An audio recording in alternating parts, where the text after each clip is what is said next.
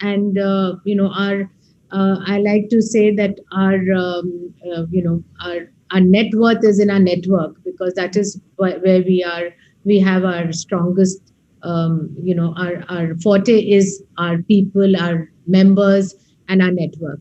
So we have a very good network all across India and across Canada. We are of late graduated from being more of a platform for networking to advocacy, where we can help Canadian companies in India share their issues and challenges with the government, and then try and see how we can help in achieving some kind of solutions for them. Similarly, it's bilateral. So similarly with India, we are helping them to go to Canada. In fact, with the Consul General Apoorva, we are doing a program at the moment which is called India in Canada. So we are trying to promote Indian business into and showcase India to Canada as well. So it is brand India in Canada. So we keep doing similar events, and hope to remain engaged with you, Laila ji, and to be able to work together for some that sounds very exciting. Yes. I have a branch of Tyabji relations in Canada who went out at least, I think, 3 or 4 generations ago, doing horse breeding and wineries. But I've never actually visited them. Canada is one of the countries that I haven't been to. So the stars are aligning, Laila ji. So we have one of your fans is here, so you have to come. But Laila ji, I would also like to acknowledge Shivani. Shivani, my colleague, she was, in fact, when we were brainstorming, she said, that from India's side, we were very fortunate to have Vicki Saunders from Canada. But when we were, trying to think of someone from India, and she came up with your name, and she said, "There's nobody like her." That's so sweet. So well, she's such a supporter of extraordinary women in India that I'm sure picking somebody was a real challenge, because we are very fortunate to have some extraordinarily dynamic and wonderful women in all fields.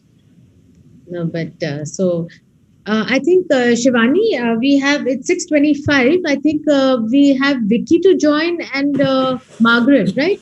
Arun? Also Anita. So I've told Rashmi to check with Poonam on Anita's status. I'm shooting a mail to Vicki Saunders and Arun. If you could just update us about Margaret. In any case, we can. So Margaret doesn't seem to have got the speaker's link. I've just forwarded her mine. So maybe Shivani can also send her. Shivani? Okay, Anita has joined, and I'll send Margaret her link. But even if she joins from your link, not a problem. Okay. I'll just change her name here. Okay. And yes, Anita is on. Okay, great. Hi, Arun, we'll need. Hi, Anita. Hi.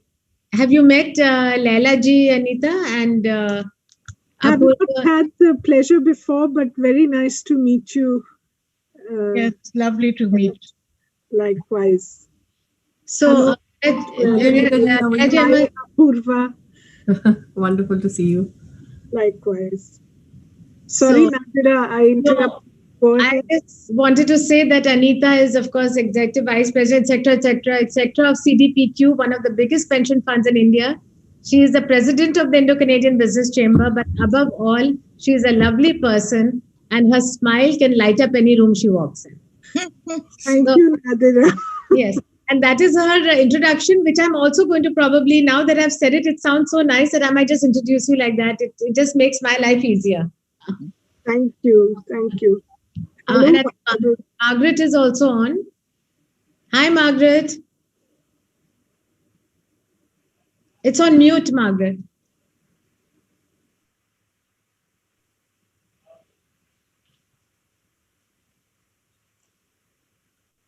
Okay, sorry, had a few problems at this end. Get in the right place. Right, I'm here.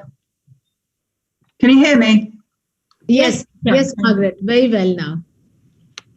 So I think we're just waiting for Vicki. Let's give it another 2-3 minutes. I think you've already sent the mail to her. Yes, I'm going to see. I think we have her number also. We'll just quickly call her. No problem. She's very prompt. I'm sure she'll join in time. How long is the session today? So, I mean, we've kept it for 1 hour, which is 6:30 to 7:30. The flow is going to be as follows, Laila ji and Apoorva and Margaret, is that I'm going to say a couple of lines welcoming everybody and setting the theme. I will then invite Margaret to say a few opening remarks. Margaret will invite Apoorva to say a few special remarks. And after which, I will invite Anita, Laila ji, and Vicki Saunders to to embark on a discussion or conversation. So it's going to be like just a conversation between the three of you. And I'll leave it to Anita. Someone is moderating that? So Anita is going to facilitate that conversation. Okay. So it's going to be just a free-flowing conversation, and we're all really looking forward to hearing that. We'll keep that for about, so I would say 15 minutes for the first part of it, half an hour, which is for the conversation between you all. And then Anita, if there's time permitting, she can maybe bring in Consul General and Margaret for a few words and closing remarks, and we end it. So between, say, 50 minutes to an hour, we don't want to stretch it too far because people start getting very restless very soon in this day. Okay. Nadia, I thought I was handing back to you, but I'm handing over to Apoorva. You're handing it to Apoorva. Okay. Would you like to do that, Margaret? I have sent you things on either way, I thought I was handing back to you, but do tell me what you want me to do.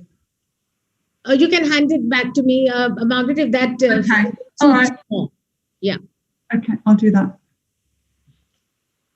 Vicki, good morning. Boss, Vicki Saunders is here. Vicki, you'll have to unmute yourself. All right, there you go.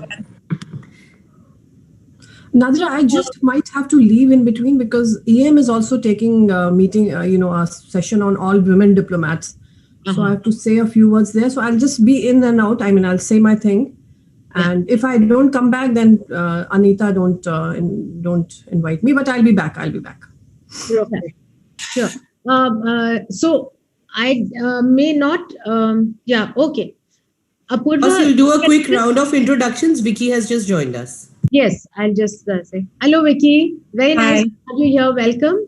Thank you. Let me introduce you to everybody over here. So there is Anita George, who is the president of the Indo-Canadian Business Chamber, also executive vice president of CDPQ, one of Canada's biggest pension funds. We have Margaret Skinner, who is EMEAI Margaret with Air Canada, one of the people who have contributed to Air Canada's success. Then we have Apoorva Srivastava, who's the Consul General of India to Canada. And we have with us Laila Tyabji, the founder of Dastkar. And it is with Laila ji that you will be having a conversation a little later, which Anita will be facilitating. So I was just going through that I will probably start with a few welcome remarks, invite Margaret to say a few opening remarks, go back to invite Apoorva. I may not introduce you very formally. I may just say General of India to Toronto and give it over to you. That's it. I'll also not speak too much in the beginning. It's very informal. I would look forward to hearing the discussion. I would really look forward to hearing the conversation between them. Yeah. I'll hand it back to Anita. And I'll give a very brief introduction of Vicki, of yourself and Laila ji. We have already shared profiles with everybody. So I don't want to waste time on going over too much of, just plain introductions. And then I'll hand it over to Anita. We hope for a very nice conversation between you all.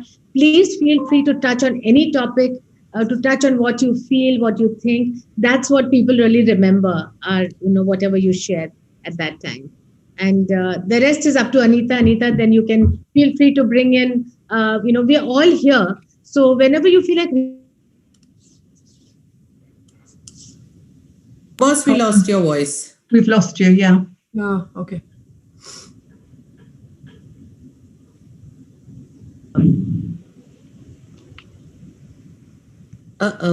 Seems like she's having network problems. Okay, it's 6:33.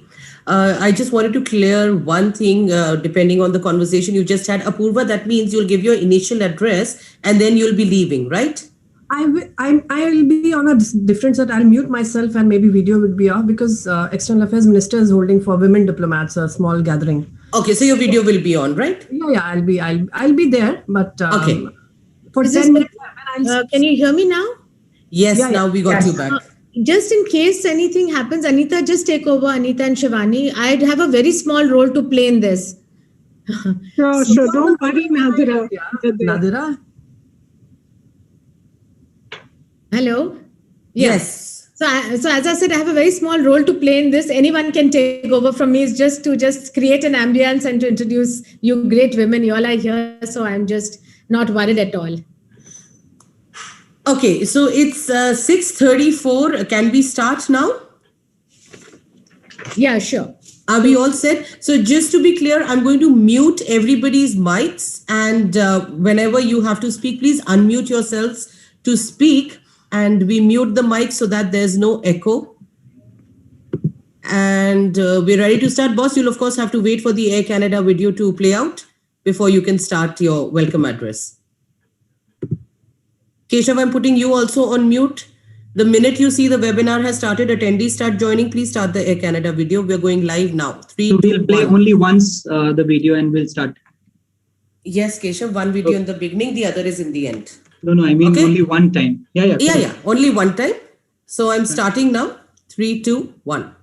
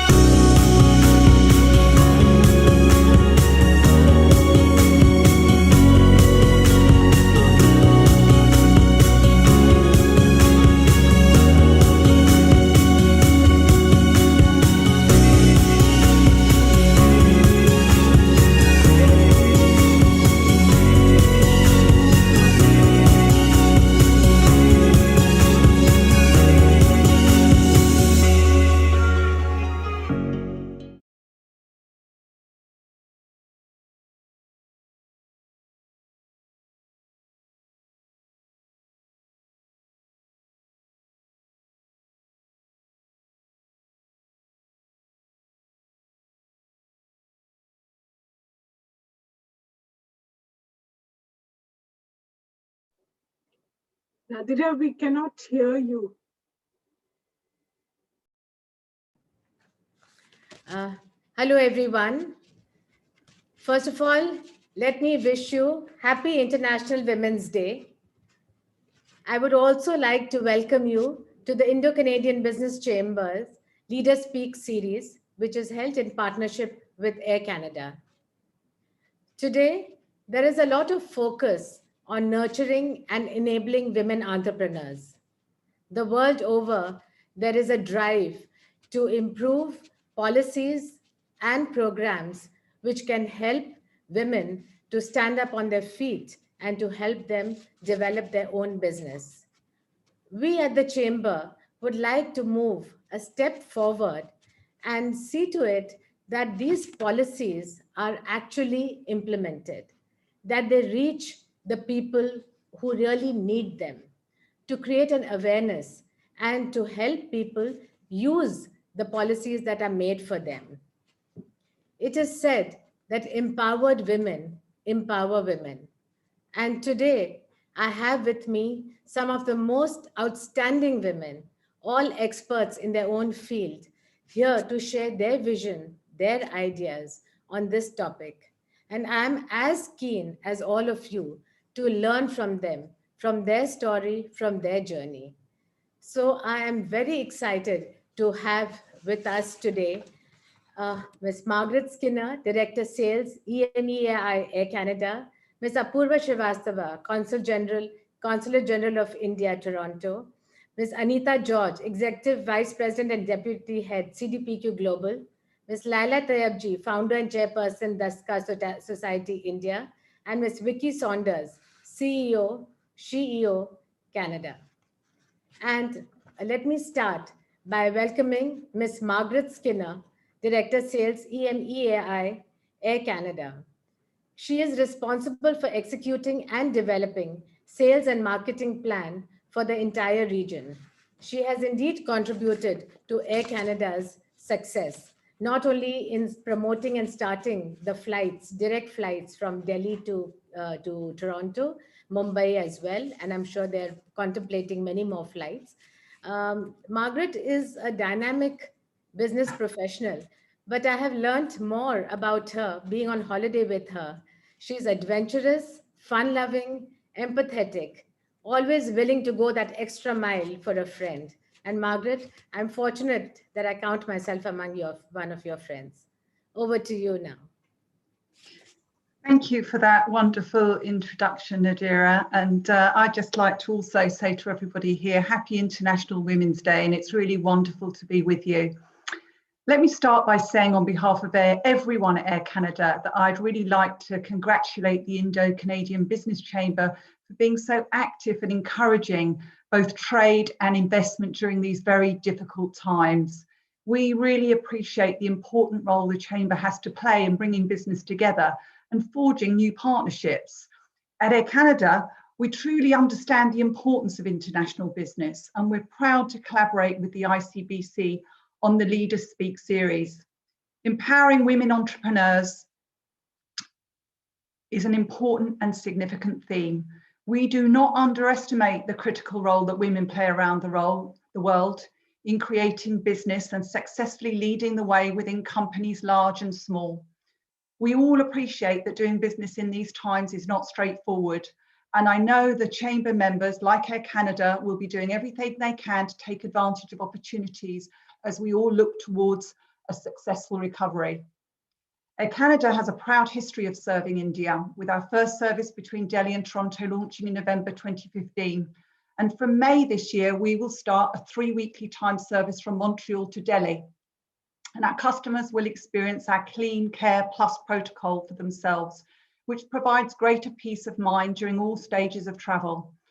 So that's enough from me. I really hope everybody enjoys today's event. I'm certainly going to. And now I'll hand you back to Nadira. Thank you very much. Thank you, Margaret. And now I would like to welcome Ms. Apoorva Srivastava, who is the Consul General for India in Toronto. Apoorva is a career diplomat. I would like to add that she is the best that India can offer to Canada. She has been very instrumental, not only in developing business-to-business ties between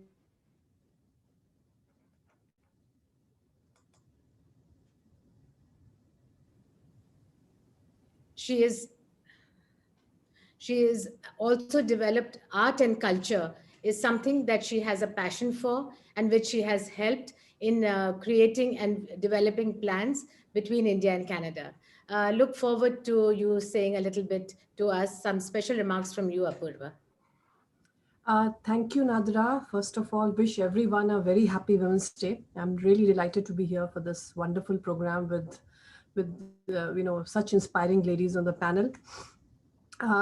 We all have women in our lives who inspire us every day, who choose to challenge, who shatter all stereotypes and biases and take on the world one day at a time. So growing up in India and during my travels abroad, I've met such women, heard about them, and seen such remarkable women of great strength and fortitude who continue to inspire me today. So I'm honored to be speaking among such wonderful women. Laila ji, I'm a big fan and admirer of the wonderful work that you do and promote. Miss Anita George, Miss Vicki Saunders, Miss Margaret Skinner, and of course Nadira. We all have been doing our bit in whatever field we have been. But as a women, we juggle so many roles. We are caregivers, homemakers, professionals, daughters, daughter-in-laws, and each of them is governed by different attitudes, the social norms, and many of them are accompanied by a set of unrealistic expectations and demands, not only by the society but also by ourselves. So in the process of managing all these roles and simultaneously trying to be superwoman or perfect, often we lose sight of our own individuality and needs. So I think it's very important that we find time to practice self-care and make health our priority and make ourselves also a priority once in a while. As Laila ji in the informal discussion earlier, she said that, it's very important, because we have been fortunate that men have been a big support system. So we have to quash the notion that women's gain have to come at the expense of men. So it's very important to teach our sons and the men around us and to appreciate them, because appreciate for whatever they have done to develop our personalities. And it is also important that we support and encourage other women. Women alone has power, but collectively we have impact. So, the truth is, raising each other up and channeling the power of collaboration is truly how we manage, change the equation and have a lot more fun along the way. We know that, a world full of chaos, craziness and things that can make us feel not so great. Deep bonds formed between women, sisterhood. It functions as a safe place for us to breathe and just be, accepted, embraced and honored. Just want to say that, today is the day we celebrate women's achievement, when we celebrate their extraordinary journeys. But these celebrations shouldn't be limited to one day. Every day, it's okay to mark one day, but we should celebrate them throughout the year by improving a little every day, by supporting and encouraging each other, and by being, ambitious, fierce, and flawed. We should accept our flaws as well. So as we, celebrate women's achievement, let us endeavor to create a world where, where there's no glass ceilings to shatter and no glass slippers to fit in. So thanks you once again for inviting me here amongst these accomplished women. I look forward to hearing the discussion, and my best wishes for all of you on the International Women's Day. Thank you. Thank you, Apoorva. As you said, that we should, and we do, I think, celebrate Women's Day every day. So today is just a bonus for us, but otherwise, I think we are a force to contend with and are very much in the forefront. Let me now invite Anita George. Anita George is Executive Vice President and Deputy Head of CDPQ Global. In addition to her role managing the international offices, she contributes to diversifying the portfolio by taking a holistic view in approaching the various markets. We are very proud to also have Anita as President of the Indo-Canadian Business Chamber. Anita has added a new dimension to the word investments. I know that her whole-time business occupation is investments into India, finding opportunities and the right, identifying the right places for her investments. But she also invests so much of her heart, her mind, her time, her effort into everything that she does, including the ICBC Chamber. Ever since she's taken this new role, she has been a fabulous support for the Chamber. I was just saying earlier that her smile lights up the room when she walks in. And Anita, very, very grateful to you for your support to the Chamber and for whatever it is that you do. Over to you, Anita. Anita is going to facilitate a conversation between Ms. Laila Tyabji and Ms. Vicki Saunders. Let me just give a very brief introduction of Laila ji, because she herself is someone that everybody would know and appreciate her efforts and what she has been doing. She is a craft designer, writer, and chairperson of Dastkar, the craft NGO that she helped found. Laila ji has been working with grassroots artisans all over India for over 4 decades. Many of her most rewarding projects involve creating new livelihood avenues through craft for pastoral and marginalized rural communities. Bonded labor in Bihar, displaced villagers in Ranthambore, tribals in Orissa, victims of insurgency in Kashmir. She is a recipient of the Padma Shri in 2012 for her work in the craft sector. We welcome you today, Laila ji, and we're very proud that you have joined us today. I would also like to welcome and introduce Ms. Vicki Saunders. Vicki is founder of SheEO, a 2-decade-long initiative to dramatically transform how we support, celebrate, and finance female entrepreneurs building new models, new mindsets, and new solutions for a better world. An entrepreneur, award winning mentor, and advisor to the next generation of change makers. She is a leading advocate for entrepreneurship as a way of creating positive transformation in the world. Welcome here, Vicki. We are very happy to have you join us. Over to you, Anita, and to you, Laila ji and Vicki. We look forward to a very good discussion and conversation between you all. Thank you, Nadira. And I have to say that you always give me a big boost with your introduction. And it's truly, truly an honor for me to be here with Laila ji and Vicki ji today on this particular day, because it's special for all the women around the world. It connects us, it links us. And it's wonderful that between India and Canada, we can have these strong bonds.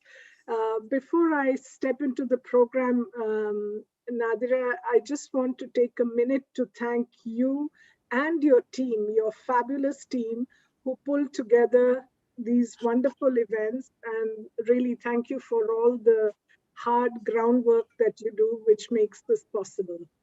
I want to wish everybody, we have over 50 participants, a very happy International Women's Day.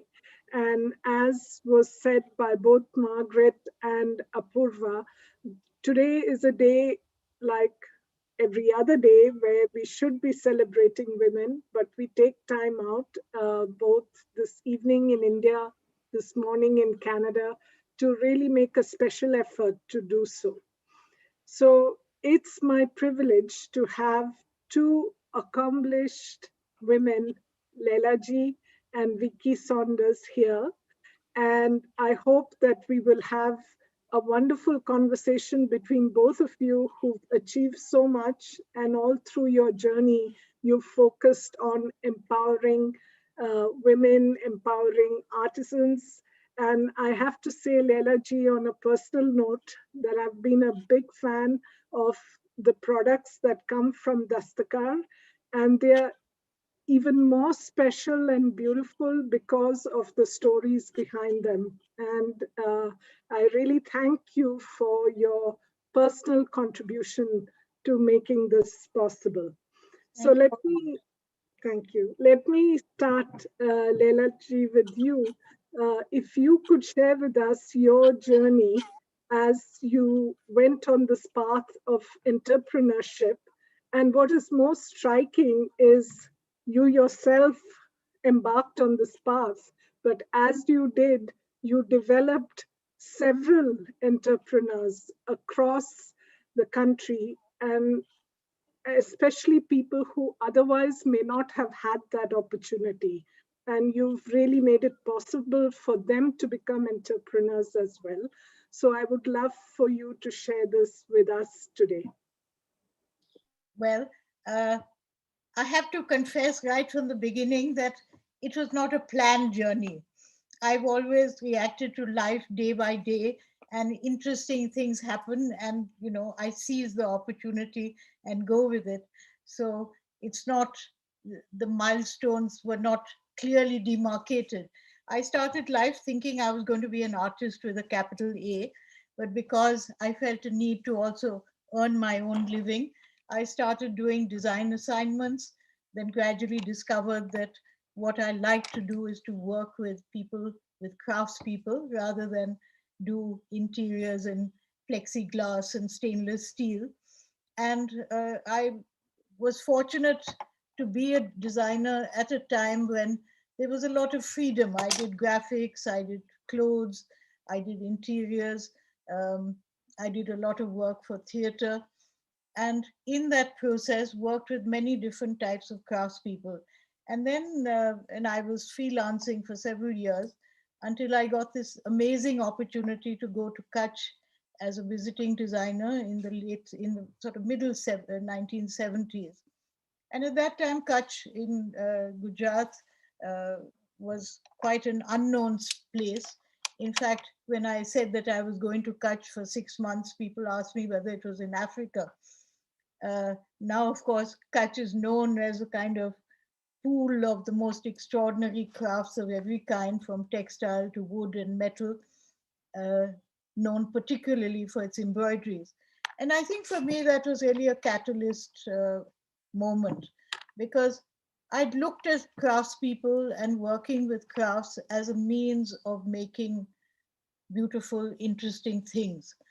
And I discovered in Kutch, working in villages and documenting their crafts and trying to do product development and design with them, as this was part of a Gujarat government initiative at the time, that unless you can redesign the lives of craftspeople, the products that you design are not going to be very successful, because you have to take craftspeople with you and you have to see what are the constraints that make them not be able to optimize the extraordinary skills that they have in their hands and in their memories, and solve those problems and challenges. And then you get a kind of integrated development program. And that was the genesis of Dastkar, really. I came back to Delhi, started working as the designer merchandiser for the Taj Group. But somehow my heart was still in Kutch with the craftspeople that I had worked with and who had become part of my extended family. And a whole series of discussions with like-minded people led to the formation of Dastkar, and we formally registered in 1981. Although it's Women's Day, I have to say that Dastkar doesn't only work with women, we work with craftspeople. And in India, craft is really a family activity where women do one component and men do another. And they sort of support each other, but for many, many centuries, I suppose, women were generally the unsung, unseen, unknown component of craft, and it was always the man in the front. But with many male craftspeople leaving the sector and going into other occupations, and women sort of coming into their own, it's been part of Dastkar's endeavor to actually bring the women into the forefront and teach them not only to use their skills, but also to sell them.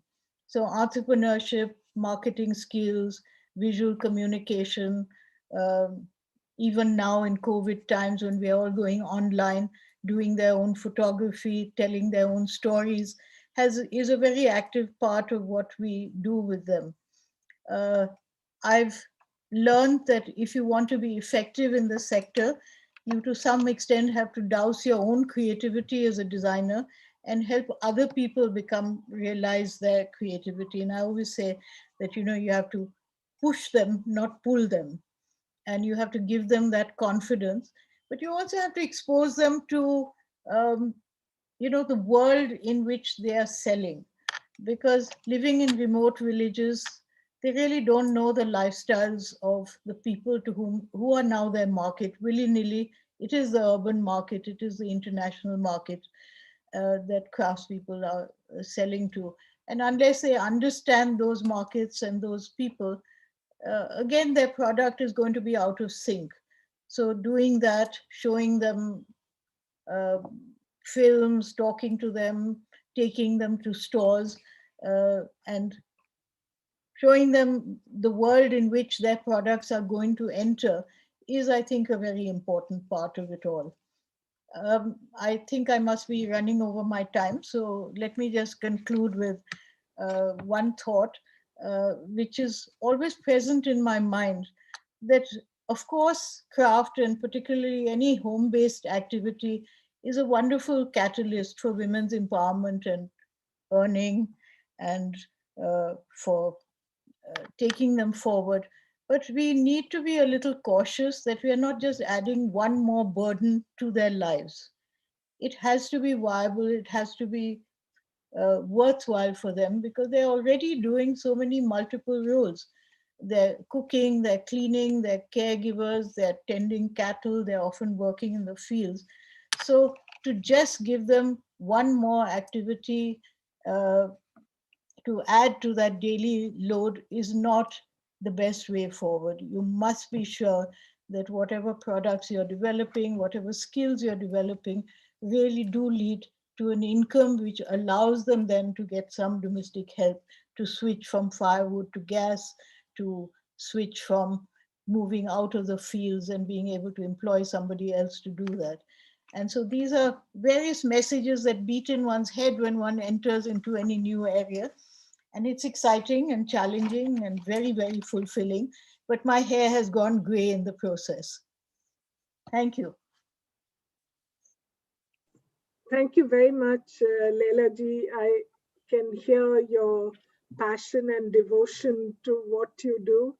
And many of the things you said really rings true, that we have a lot of tasks. I think it was Apoorva who talked about juggling multiple tasks, and that is true across the spectrum of women, from women in the villages, even to corporate women who I talk to of any age.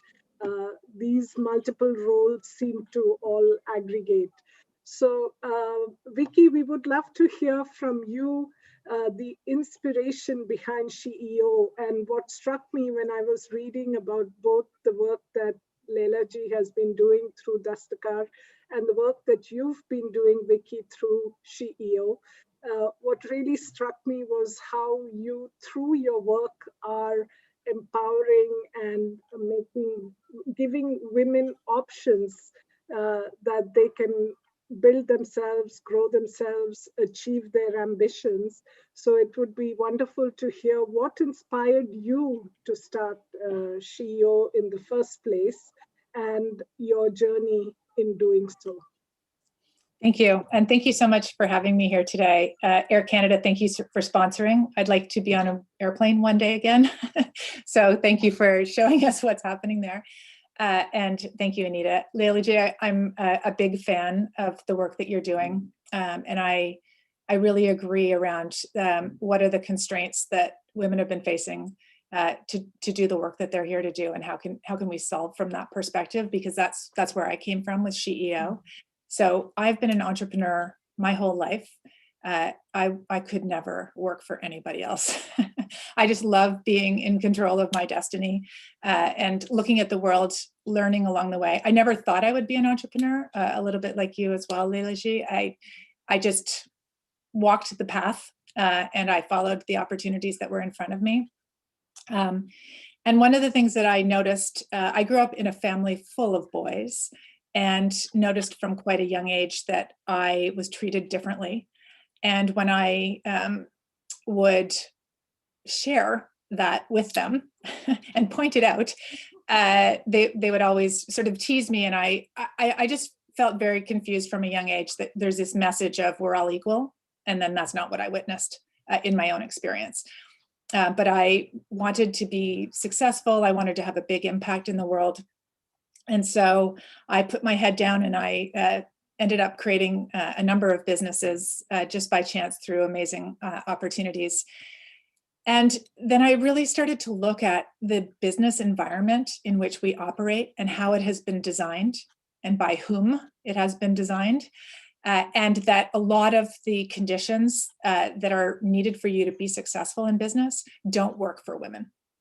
I mean, as a very small example, the fact that it's much more about competition than collaboration, which is where I see most women come from. And then this other piece, this very simple piece around all the other things that we have going on in our lives, looking after children, all the flexibility that we need to be successful. And like there's so many issues that you can just tell this system that we're living in was not designed for us or by us. And when I reached 50, I had been told so many times by so many people everything that was wrong with me. Thank you very much. You could be more like this. You could be more like that. Why don't you do this? Why don't you do that? And I just thought, you know, all of those people that are pointing out how I could be different and how I could be fixed have created a world that is really a terrible world, I think, overall. We could do such a better job designing this planet and creating the conditions for everybody to thrive if we had more people at the table and more innovations at the table that were designed by the other 51% of the population. So we're living in a world right now where about 2% of venture capital goes to 51% of the population, which is statistically impossible to occur without major biases built into our structures and our systems. And I know that we can do better. And I want to live in a world that's designed by everybody. I think we all come here with really unique contributions to make.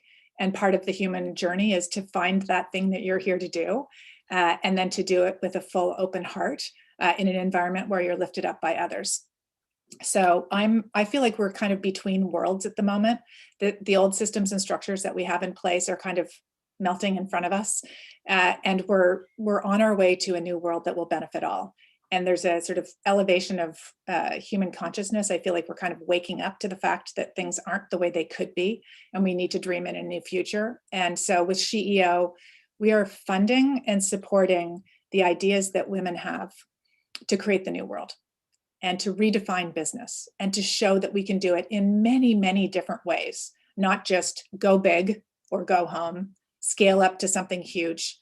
You know, there's many other ways to be successful. And I think we've created this environment where you can be an entrepreneur on your own terms and still get the support that you need around you. And so we're funding women whose businesses are working on what we call the world's to-do list. So the top priorities that we face on the planet in a time when there are many crises coming at us, from climate change to massive inequality. And all of the women-led ventures that we're funding are working on rethinking education, moving from a sick care system to a healthcare system, eliminating waste, like just amazing, amazing businesses. And it's absolutely thrilling to be in a community where, you know, hundreds of women in each country vote for the kinds of businesses they want to support. They get a 0% interest loan, and then all of us get to be on their team to help them grow their businesses as customers, as advisors, as experts. And, you know, I think we started this in Canada. We've now expanded this model to 5 different countries. As women contribute a little bit of capital each, it gets pooled together and then we loan it out. It gets paid back because, of course, you are at the birthplace of microfinance at the very beginning, where women pay their debts and they come together in incredible circles to support one another. And then that money is paid forward. The difference between our version of this is that it's 0% interest, which is a little different than what microfinance loans are these days. And it just comes with this concept that we call radical generosity. So everybody shows up with the spirit of radical generosity, and we're there to support one another and believe that together we have everything that we need to be successful. And alone and separate, we have a world that is really hard to be in. It's hard to thrive in a world where we're all separate. So that's the beginning of what I'm doing with SheEO. Really excited to be here, and thank you for the invite. Thank you very much, Vicki. Very inspiring to hear that. And I think you touched your finger on one thing, which is really giving and creating the conditions that would actually encourage and empower women to do what they're doing, more of it and in the way they would like to do it, and have access to finance, which usually is not that easy to come by. One of the things that I personally am very proud of at CDPQ, while we are this very large pension fund, we've made diversity and inclusion something that we think about every day, and in many different ways of reaching out to women entrepreneurs in our communities, making sure that we give the kind of support and bring together women entrepreneurs as well as financiers, venture capitalists, and others. So it's very inspiring for me to hear that you are doing this at a very large scale in Canada. One of the things that ICBC has been striving to do is really bring together best practices from India and Canada, connect the dots between our 2 countries. So one of the questions I have, Laila ji, is in your journey of entrepreneurship and creating entrepreneurs and bringing together artisans to giving them access to the market. Do you see a role for institutions like SheEO in India? And also, I would love to also ask you if an institution like ICBC, which is India-Canada Business Chambers, if we could play a role in furthering and supporting your work. Well, I think, that's a dangerous thing for you to say, because obviously I will stretch out my hands and say, yes, everyone, needs all the help that they can get. And by that, I don't only mean financial help, though that, of course, is a very important component. But I think that all of us have such interesting experiences and skills. And those our life journeys and those skills that we have picked up along the way should be shared. And a lot of the things that we take so much for granted, that they almost sound like cliches, are things that are quite new for rural craftswomen. And, how to make a business plan, how to do a stock list, how to plan, how to evaluate even something like, the cash memos after a 10-day bazaar and see what are the things that moved and what didn't. To put those packages together, it is something that Dastkar does, but it's something that we really need other people to also come and talk. Costing, pricing, packaging, this whole new world now of how to do photography, how to do videography for the online market. And, it doesn't involve somebody having to give up what they're doing and say that, oh God, I'm going to live now in a rural village for the rest of my life. It just means giving up a couple of days in the year and coming and being part of these workshops and part of these trainings. And I think it just is wonderfully empowering, not just in the new skills that they learn, but also to hear of other women's experiences, because they live such isolated lives that it's really like opening doors and windows of their mind. And my own experience is that women are so receptive and so quick, mainly because in India, all women have been trained with this notion that they're going to get married and go into a strange household, so they have to cope with mothers-in-law and new ways of cooking recipes and adapting to people's moods and things, that I find that women are extraordinarily flexible, very ready to learn, very excited actually about picking up new skills and going into new ways. And I think that practically everything is actually useful to them, every type of shared experience. And it would be wonderful if we could have these kind of dialogues, not just between people like us, but between us and craftspeople and people in Canada, women in Canada who are using hand skills in different ways, and people in India. And I would, Dastkar and I would love to be part of some sort of exchange like this. I think that all of us have to, first of all, working with women, you first of all have to give them the confidence to dream, but then you also have to help them realize those dreams, because otherwise it's, yes, you open a window, but you also have to open the door. Absolutely, so well said, Laila ji.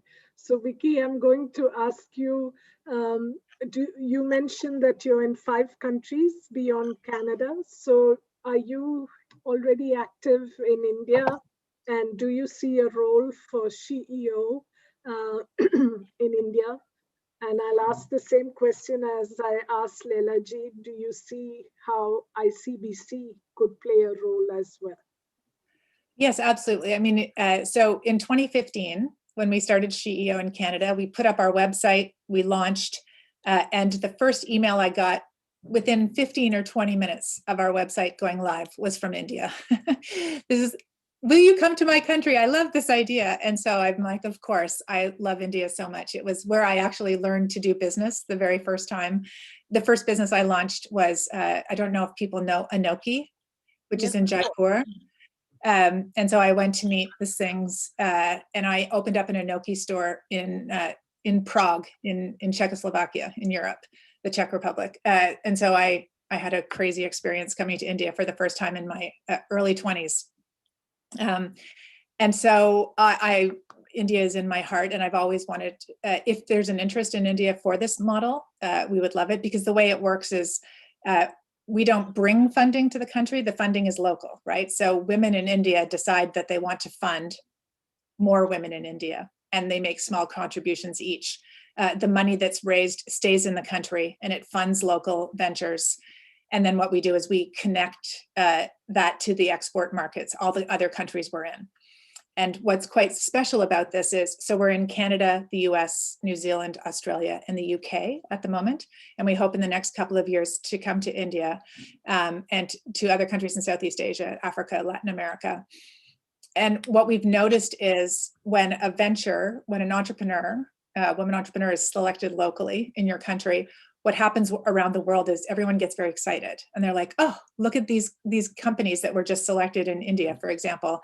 And then we become customers and we amplify what those businesses are doing. And in a kind of funny way, you get pulled, as you said earlier, push pull, but this is like literally pulled into other markets, because someone in Canada will be like, oh my God, look at this amazing company that Laila ji is supporting.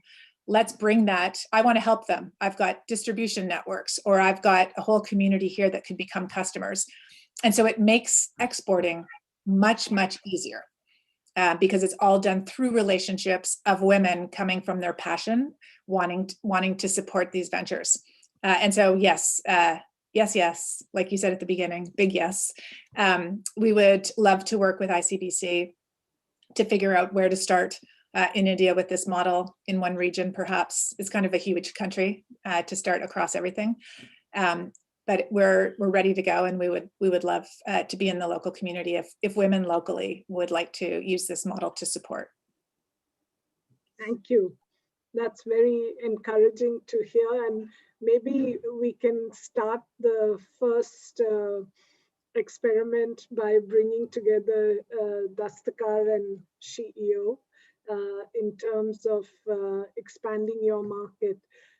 Laila ji, from your perspective, in terms of growing the business that you're doing, do you see the global markets as an important place where you would like to be, or is India a big enough market that that's going to be the focus for Dastkar? Well, when we started, Anita, and in Dastkar's 40 years of working with craftspeople, we actually felt that the emphasis should be on the Indian market. It's easier for craftspeople to understand because it's, there for them to see. It's operating in a climate and lifestyle and, color sensibility that is familiar to them. And also because export has many hazards. I mean, the kind of quantities, the kind of quality, the kind of timelines are difficult for small rural craftspeople. So our emphasis was always that the bread and butter should be the Indian market, export should be the icing on the cake. So though many of the craftspeople that we worked with over the last 40 years have now started doing export, those are the ones who are now flying and really don't need Dastkar's help very much, except occasionally to design a new line for them. But I think we are very fortunate that in India, we have this huge population who are ardent consumers and who actually, though branded products and Western apparel and all has taken over the market, there still is a space in everyone's homes and wardrobes for handcraft and hand woven, and certainly at our bazaars and exhibitions, sales are just increasing. And even the younger generation actually now have discovered that craft can be quite cool, it's not just something fuddy-duddy and from the past. And I think that in a way, we are quite happy that we did that, because COVID has shown how fragile the international market can be. And if Dastkar crafts groups had been dependent totally on international markets, they would have found it even more difficult to sustain themselves than they do now. However, we are in a global economy and a global society, and we should make use of it. I think all over the world, people have realized that actually that mass production is not such a great idea, that fast fashion is actually quite a dangerous slope to be on, and that making things by hand, making things in small quantities, making things when they're in demand rather than creating an artificial demand is quite a good way to go. And we've been, for instance, quite excited by the response. I mean, when COVID started and we realized that exhibitions, retail outlets and all that are not going to be possible, we started an online website for Dastkar, e-retail. And we are quite excited by the response, both domestically and from abroad. So I think it's good to have our feet in both areas. And just as India is so fortunate to have its feet both in East and West, and we should use those opportunities. Absolutely. I couldn't agree more with you. Vicki, thoughts from you on the same topic? Yeah, absolutely. I mean, I think it's this both and approach right now, which is deeply rooted in our local communities in relationship with one another, will help us all be more resilient during these crazy times, the crisis that we're having now. And for when things do open up a bit more, this access to global markets is a reality. But I think we've really learned during COVID that what we've noticed in our community, every single venture, we'll have funded 107 of them as of this morning when we announced the new Canadian ventures, that all of those ventures stayed alive during the pandemic because of their relationships, because they're connected with one another. And it's a very different way than this sort of global transactional approach. When you're in deep relationship, it allows you to be more resilient. Your customers come to support you during times of challenge. And so for me, I think rooting ourselves locally is incredible, but also this access to global markets to create more sisterhood around the world is absolutely critical. And I also, I just want to say that one of the things that I'm so thankful about that I learned when I was in India in the early days is just the deep relationships women have with one another to support one another. It's not something we see in all cultures. I think in a lot of cultures, certainly where I've been brought up, women are kind of conditioned to not come together. In my vintage, my age group, a lot of it was not desirable to do something woman only. So my whole life, that was not a thing. And anything that was woman only was kind of pushed to the side as not being as important. And I think I'm healing myself now through SheEO to recognize that that's crazy. And in fact, I've never been happier or feeling more successful as an individual than when I'm actually in relationship with incredible women who lift me up and support me. And I think that this is something globally that we can learn from our Indian sisters. This is very, very important for the world to actually heal and to have more balance between masculine and feminine, is that we all come together to support each other. So can't wait to come and see you in India. And Laila ji, let's talk. Yes, indeed. Thank you very much. I have actually would like to bring in Margaret into our conversation, if you would, Margaret, because I think what you said really struck me as a woman who's in a senior position in a corporation, and you've been in an industry like the airline industry, which has actually gone through a big turmoil through this whole year, and in being able to recover from what we've just gone through, I think Air Canada, just as many of the other airlines, have faced a lot of challenges. And you being in the forefront as the director of sales for a very large geography of the Middle East, India, Africa, Europe, what have you seen that has helped you as a woman leader to be able to face some of these challenges and take things forward? You know, it has been the worst event really to hit our industry ever, unprecedented. And, you know, I've been in the industry a very long time. I went through September the 11th. I've been through Chapter 11 with other airlines multiple times. I've gone through mergers and recessions, and but nothing could prepare us for the impact that this pandemic has had on our business. And, you know, but what's really, I mean, Air Canada was in a very strong position coming into this. But what's really struck me was the importance of working together and having a strong team of people. And, you know, I have a mixed group of people, men and women. You know, my career has not always been easy as a woman. And, you know, I'd like to say that we faced an easy path through. It's not an easy path, but it's getting easier, I believe. And I think that the doors are starting to open, that we do have a voice at the table, and we need to help each other. I really like this idea. And I'm always trying to help, particularly young people, you know, girls and boys, who are facing, you know, difficult careers ahead of them right now, how to get a foot on the ladder. And to help them make good choices, and hopefully, you know, through some of my experiences, to make life a little bit easier for them.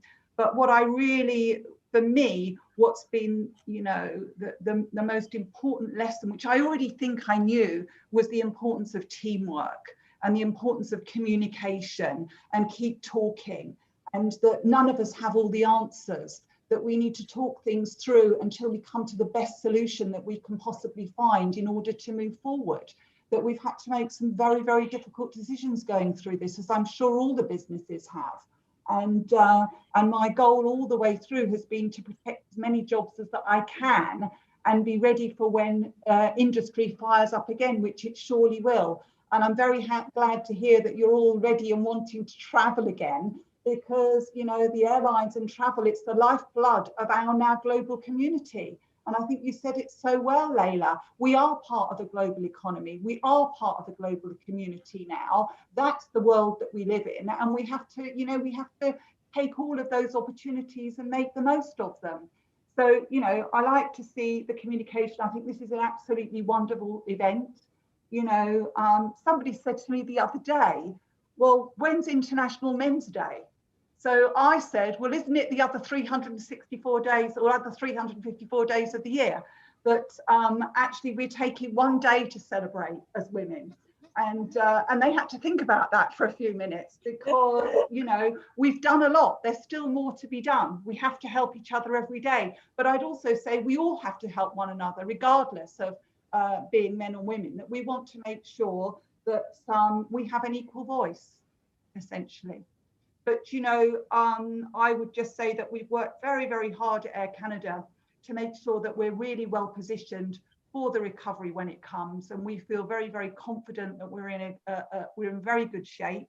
We've taken lots and lots of initiatives. And, you know, you saw the video, Clean Care Plus is just one of those where, you know, we can assure you that you will be safe on our aircraft. We are anxious to get things going again. We are travel people. It's in our blood. We want to travel. I haven't traveled for nearly a year now, and I'm desperate to get outside of these four walls, because, you know, I don't see myself not traveling. But I would also say we've learned so much in this time as to what we can actually do and achieve using the technology that's out there today. And that's been really, really useful to us. I think there's lots and lots of lessons to learn from this. And again, I really like, Vicki, you're talking about, maybe we need different dreams now. We need to, change the way we think and what we expect going forward. And, I'm very, very excited to be part of that. But it's been very gloomy days for all of us, but there is light at the end of the tunnel. And I really hope that it's going to be more inclusive. We're all, I've always liked my teams to be very diverse, because I think you bring a collection of people together that all have different ideas. They all bring something different to the table. As I said, none of us have all the answers. For me, no question is a stupid question. Let's hear everything. Thank you so much, Margaret. And I have to say, you have a fantastic team in India, headed by Mr. Arun Pandya. Really do.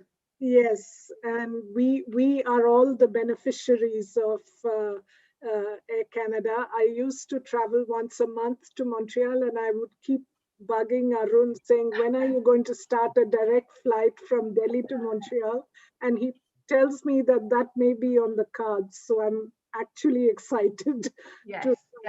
And we still see India has great potential for us, and working with people like you guys, we really want you to support us, to help us to bring things back to a level of normality, but then to go beyond that as soon as possible. So, we really see ourselves a bridge. We're a bridge between these communities and to enable trade to happen, but also friends and families to meet each other. We've got, particularly, we've had a lot of small businesses coming to us saying, help us, we need to travel. How can you help us get around, these quarantine arrangements? And we can't, but, we're ready to help you as soon as we can. So let me give Apoorva, I'm so happy to see that you're back with us, and really glad to have you here, Apoorva. You've been a shining example of a very accomplished woman. I loved what you said in your introductory words. And what we would love to hear from you is, as a woman and as a diplomat, how have you seen the relationship between our two countries building up? And what more can we do? And once again, I always ask the question, what more can ICBC do to further this friendship and bond between our two countries? Thank you, Anita. Thank you. I'm so glad to be back. I have missed it, but I hope I'll get the in recording to see the wonderful discussion. I was posted here around 1.5 years ago. And India, Canada, as you know, is a strategic partners. We have, wonderful relationship. We are democracies. We are Commonwealth countries. And above all, we have 1.6 million Indo-Canadian living as a living bridge between two countries. Plus, we have 700,000 Indians working here. And 230,000 Indian students form the largest component of international students in Canada. So this is how the people-to-people relationship, which is extremely strong between the two countries. The COVID, most of my tenure has gone in the COVID times, and things have been totally different during that. Because of so much Indian community staying here, we have to provide a lot of consular services. Plus, there was evacuation, which of course Air Canada and Air India helped us a lot. And not initially, the people who got stranded due to COVID restrictions. Grateful to Air Canada for all the efforts. We work very closely with your team here regarding the air bubble arrangement. ICBC has been doing a wonderful job. We really have to do a lot of things more. The mainstream, we have to really take the Indian culture to the mainstream, not only to the Indian Canadians who are already promoting a lot of Indian culture, but it's limited to few states. So we have to, for instance, the modern art, the craftsmen, the textiles, these are the soft power that we need to showcase. Very interestingly, the Royal Ontario Museum is right now showing a textile exhibition on India on chintz. So that's a wonderful exhibition which is going on. So I'll request Vicki and Margaret to go and have a look at it whenever it's open. It should be open today. We have with Nadira, we have also spoken about the dances, etc. Because again, it's one-sided in the sense that only few states are represented here. People know it well, even the food, but we need to promote the whole of India. I recently did something on Jammu and Kashmir, the handicrafts of Jammu and Kashmir. I'm doing something on Northeast, but definitely want to develop more of a South Indian connection. So ICBC would always remain a great partner in that. And it's been an honor and a great privilege to interact with all of you. And I look forward to many more sessions. Thank you. Thank you very much. And the time has really crept up on us, so I have to bring our discussion to a close. But I want to thank each and every one of you, Laila ji, Vicki, Margaret, and Apoorva. Thank you for a wonderful conversation. I think this holds a lot of promise that we can bring our two countries as well as the organizations like Dastkar, like SheEO, like Air Canada, the high commissions in both countries, ICBC, and I would even go as far as saying that CDPQ as a pension fund in Canada, we are very, very committed to supporting diversity and inclusion. And in fact, we just launched our first ever fund, which is focused on, it's called 25 to the power of 3. It's a $250 million fund, which requires small and medium enterprises which have diversity at 3 levels: the management, the board, and the shareholders. And they can come forward with their plans to improve diversity, and then seek funds from the 25 to the power of 3 fund. We would like also to be more active in supporting women entrepreneurs. We've have a great reputation in Canada for doing that. And my dream is that we can bring the same efforts to other parts of the world, especially in India. So I take this opportunity once again to thank all of you, and thank you, Air Canada, for